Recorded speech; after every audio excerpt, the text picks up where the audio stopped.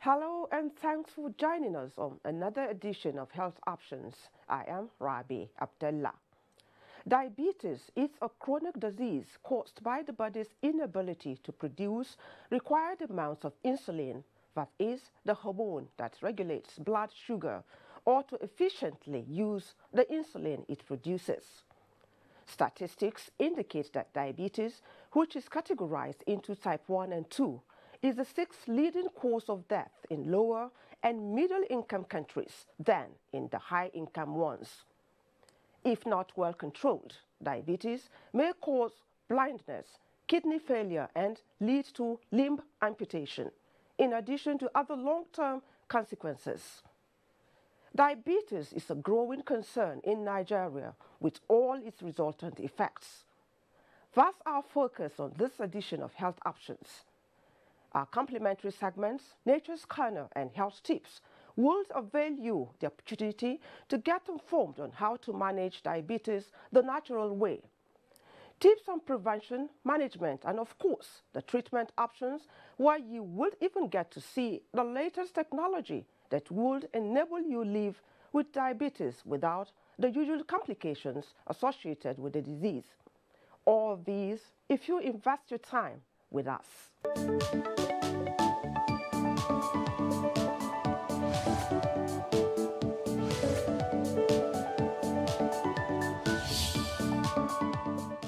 This is Health Options, and before we get down to our discussion, we take this background report on one major complication of diabetes that has now kept health experts on their toes: diabetic foot.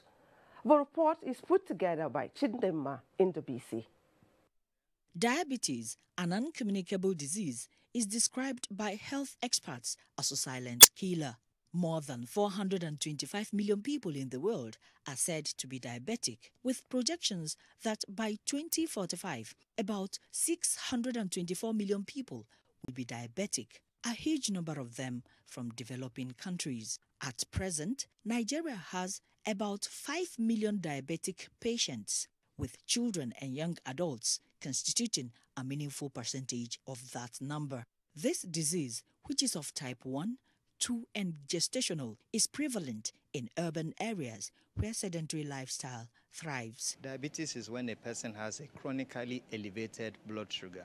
People take a lot of calories, a lot of fatty food, a lot of carbonated drinks, and then things like alcohol and smoking also increase the risk of people having diabetes. Reduction in physical activity also increases the prevalence of diabetes. If you have a family history and you are overweight, then the risk factors of getting diabetes becomes more.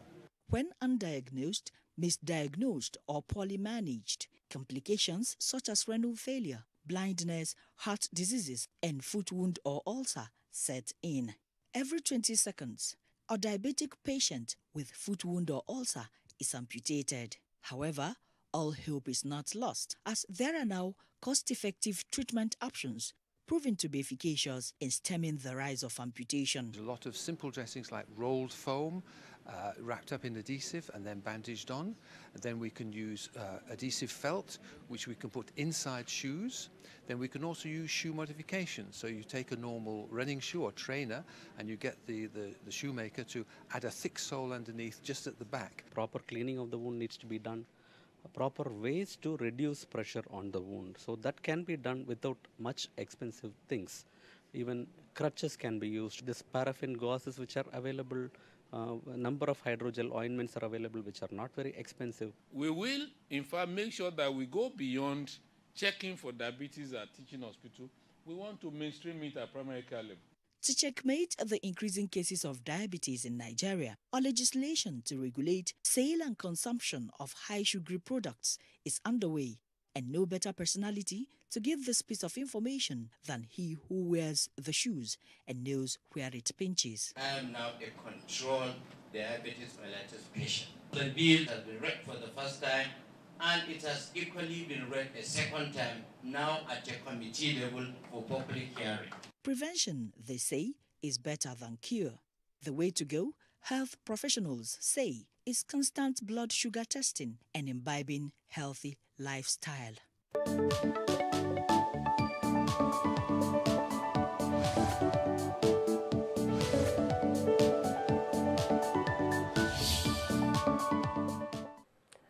Many thanks, Chindama, for that background report. In the studio to take us through the discussion is Professor Felicia Anuma. She is a consultant endocrinologist. Glad to have you again on Health Options, Professor Anuma. Thank you very much. Okay, so diabetes.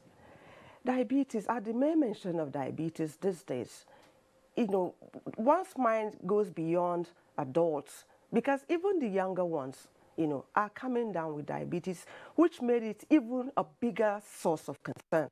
Can we take it up from there? Well, diabetes is simply a clinical condition where the body loses the ability to utilize glucose. It's as simple as that. There is a chemical we have in our body produced by the pancreas called insulin. It helps us to utilize everything we eat as a source of energy and nutrition. So for one reason or the other, when it is not sufficient or is totally absent, then there is problem. For example, in type 1 diabetes, insulin is totally absent. So, and the only way to manage it is to give what is not there, and that is insulin. But the type 2 diabetes, we can manage with tablets for a while, and then before we start with insulin. Usually, before a patient presents with type 1 diabetes, insulin is totally gone. But in type 2 diabetes, they still have about 40% reserve that can carry them for a while before it gets, totally exhausted. Diabetes is a pandemic in the world right now. In 2017, there were 425 million people with diabetes in the world, and the projection for 2045 is that we'll have more than 600 million people. But the concern with these figures is that 80% of the expected increase is going to occur in developing countries like Nigeria. What's happened to us in Nigeria is we have left the traditional healthy way of living to the civilized, unhealthy way. We have civilized everything about us. So we began to acquire all the diseases of civilization. So diabetes is a disease of civilization. We know that it's a global problem, but the major worry now has to do with complications arising from diabetes, because we know that, in fact, someone had even told me that, someone in a Nigerian diasporan who lives in the US said he had never seen anybody coming up or developing complications from diabetes, especially where the diabetes foot is concerned, not to talk of amputation. Why is it happening in our part of the world? Why has it become so common? Well, diabetes is a silent disease until complications. Yes. Blood sugar can be high because the individual is not feeling anything, does not know, but unfortunately is causing quiet damages inside. So diabetes has all manner of complications, like you have said, affects the eyes, the brain, the heart, the nerves, the blood vessels, the kidneys, and so on. So you have, when there is nerve damage and blood vessel damage because of diabetes, the very first place to affect is the legs. And we find patients coming for the first time with terrible wound and gangrene of the foot, and they don't even know that they have diabetes.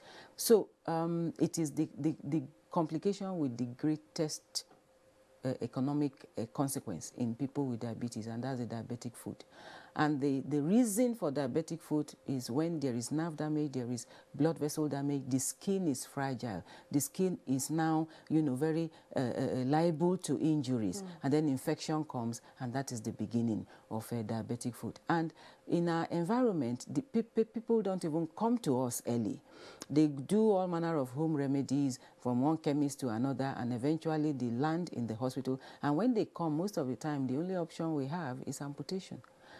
Diabetic foot is a very serious problem in Nigeria, because when you ask endocrinologists in all the teaching hospitals in this country, including myself, 50% of the patients we have in our units all the time, they are there because of foot problems.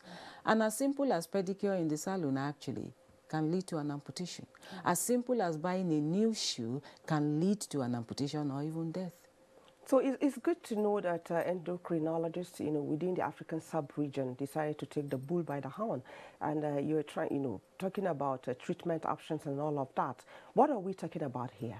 Well, we are just concluding a meeting now of the Pan-African Diabetes Food Study Group, and we joined it with an advanced training to build capacity for health care providers in Nigeria, particularly the FCT, to be able to provide preventive care for patients, and even when patients have problems with the feet, to be able to manage them properly. We had representation from about 16 countries who came to brainstorm, experts, who came to brainstorm on this. The project is in collaboration with the World Diabetes Foundation, and what we are doing is we selected 20 government hospitals in the FCT and its environ, including FCT hospitals and federal government hospitals. For example, FMC, Federal Medical Center in Jabi, National Hospital, the Teaching Hospital, Kefi, Federal Medical Center, the Police Hospital, Defense Headquarters, the Naval Hospital. They are all part of these 20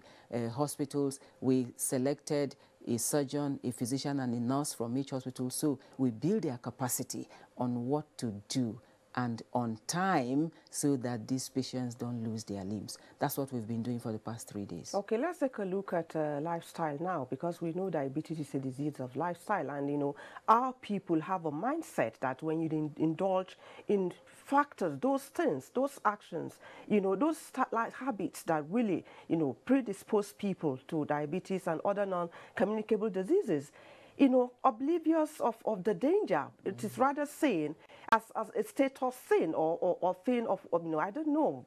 There's this wrong mindset about the whole thing. Well, what we need is a lot of sensitization, like what you are doing now. So the media has a lot of role to play in sensitizing Nigerians that there's a need for a reorientation. There's a need for a behavior change. That some of the beliefs we have, that the heavier you are, the more command the more respect you command, that, when you add excess weight, you're only inviting trouble, because for every height, there's an ideal weight. And once you allow your weight to get beyond what that height is meant to carry, then that is the beginning of diabetes, that's the beginning of hypertension, and its consequences, stroke, heart attack, and so on. So, for me, in this country, I think the cheaper option we have is prevention, but it requires a lot of reorientation and sensitization. Parents take children to yes, parents also need to be, to really get awareness, because the diabetes prevention project I did in 20 secondary schools in the FCT here, that I saw, you could see a child, a 12-year-old child in GS1 or in GS2 weighing 100 kilograms. That child is dying slowly, but the parent does not know. What is in the mind of the parent is that he or she is affluent, and the child is showcasing the affluence. So that's the problem. And you find out that even schools that are day schools, that the parents have an opportunity to prepare something healthy for the child to take at school, it's easier to give money. When you get there, buy a fizzy drink, get a donut. So these things, these convenience foods, they are high in salt, they are high in sugar, they are high in bad fat. They kill us slowly. Unfortunately, we love them because they are convenient. But it's part of the reorientation that we need, that we are talking about. Okay, on a final note, Prof, there's also this wrong, erroneous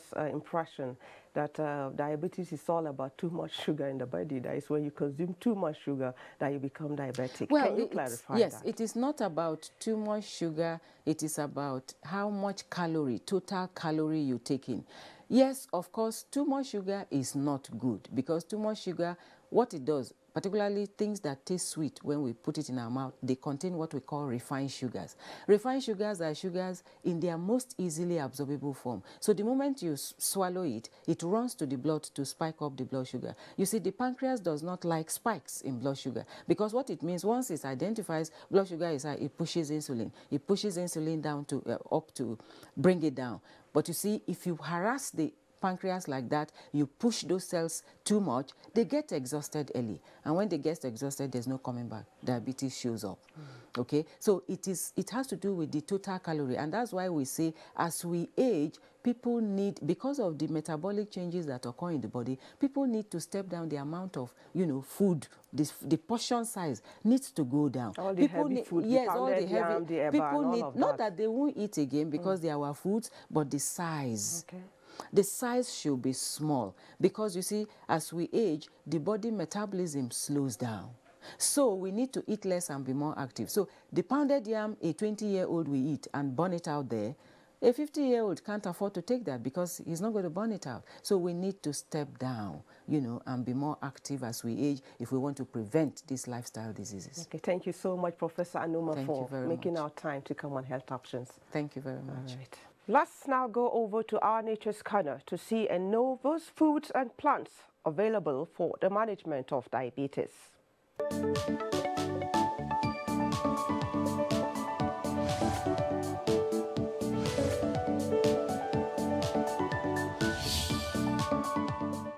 Here you have ogele, which has some powerful antioxidants that can be used in the management of diabetes. You are hereby warned not to go straight and start dissolving this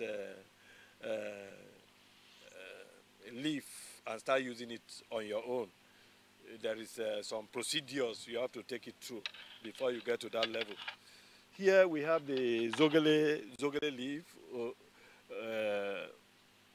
zogale, moringa oleifera, in the native traditional name of zogale. The leaves are very, very powerful. They have up to 100 milligram worth of vitamin C, and you know, with that level, it's already an antibiotics. There are all kinds of mixed infections in diabetes, and it has the capacity to also lower sugar level. Next, before me, I have an array of products. Samia here in Hausa. Ewedu, usually I do them in combination with okra leaves to get one of the most potent mixture that can prevent diabetes and other related diseases. They have very strong anti-inflammatory, anti-sugar reduction effect in the body.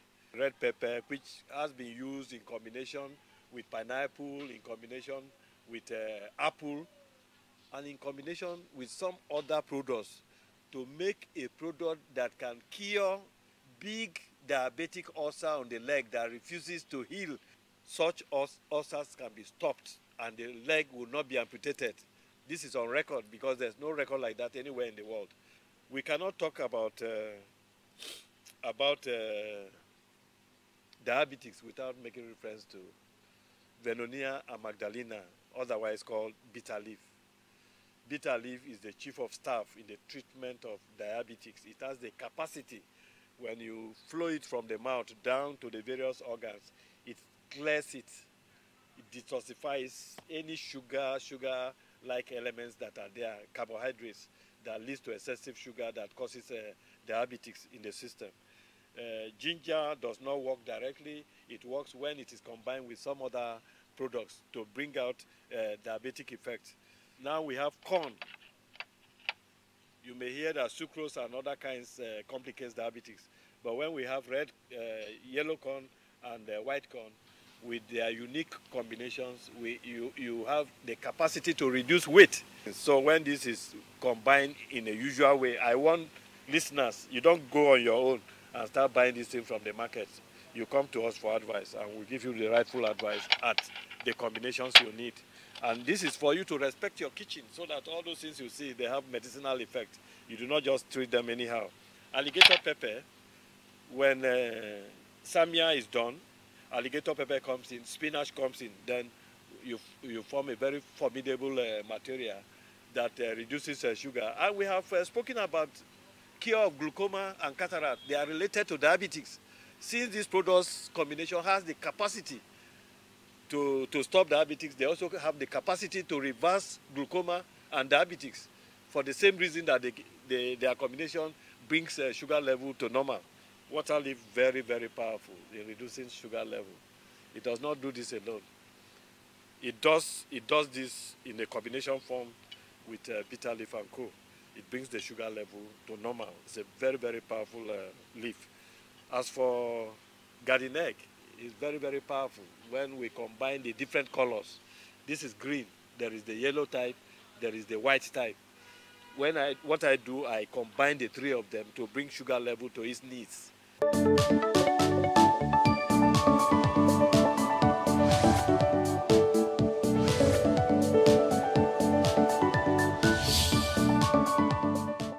Welcome back from Nature's Corner.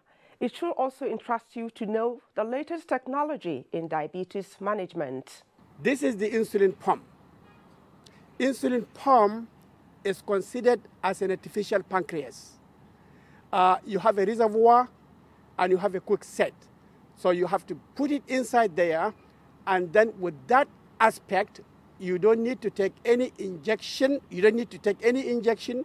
You don't need to take any medications, and you could be able to eat any food that you need to eat, and you will not develop any complication. And this is the latest device invented by the science at this very moment to control, eliminate, and virtually complication-free diabetes. Anything to save life sometimes is very, very expensive, and the government has to come in.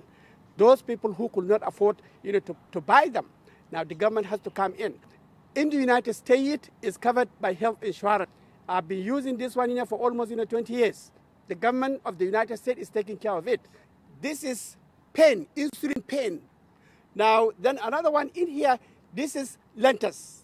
Lentus is a long-active insulin, and this is a short-active insulin. This is a basal rate. You have to put it, and it will work for 24 hours. This insulin pump has about 99.9% to control diabetes, and you may not develop complications.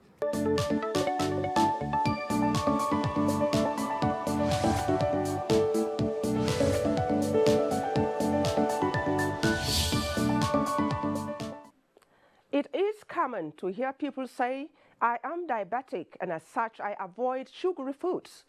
One other thing experts advise diabetics never to joke with is the first meal of the day, breakfast.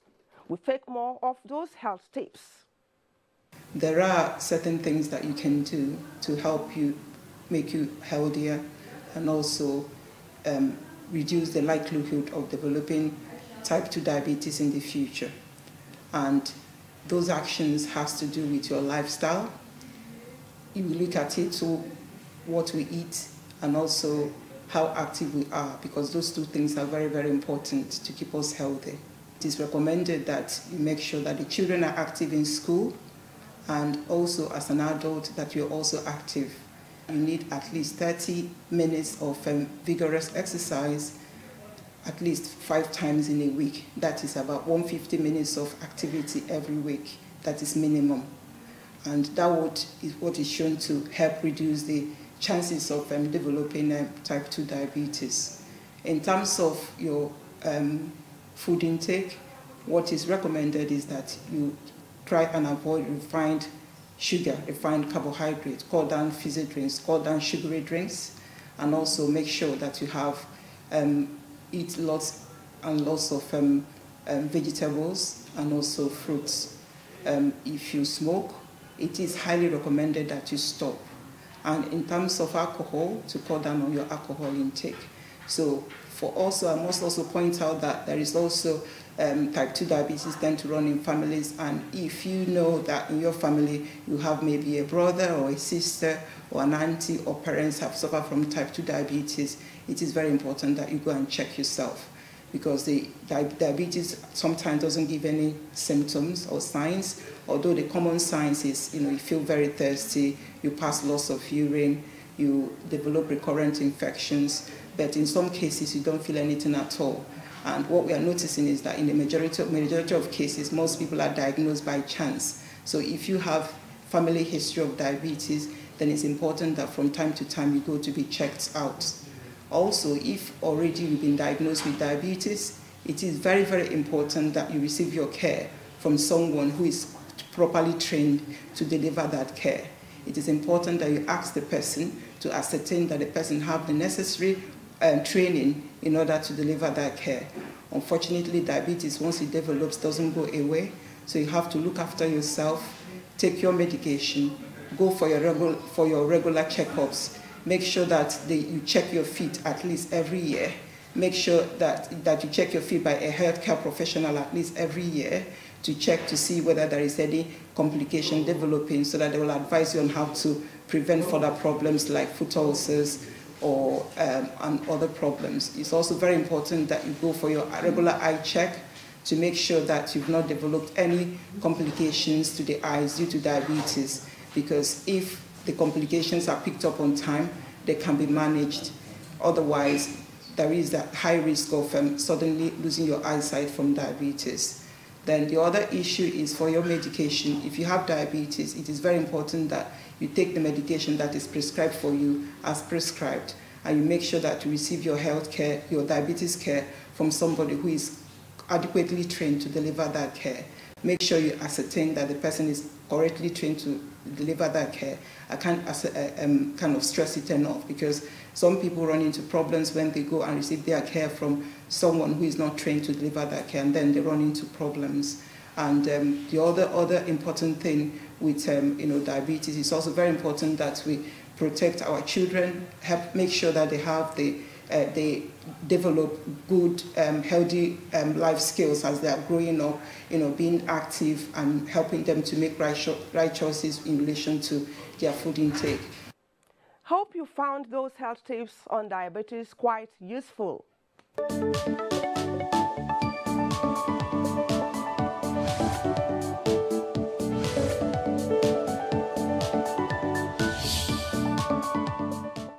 According to Hippocrates, the father of medicine, natural forces within us are the true healers of disease. And that's our package on this week's edition of Health Options. A quick reminder that you can go to our YouTube channel to watch the upload of these and other episodes of the program. Email us for your comments and contributions at healthoptions@nta.gov.ng. My name is Rabi Abdallah. Many thanks for watching.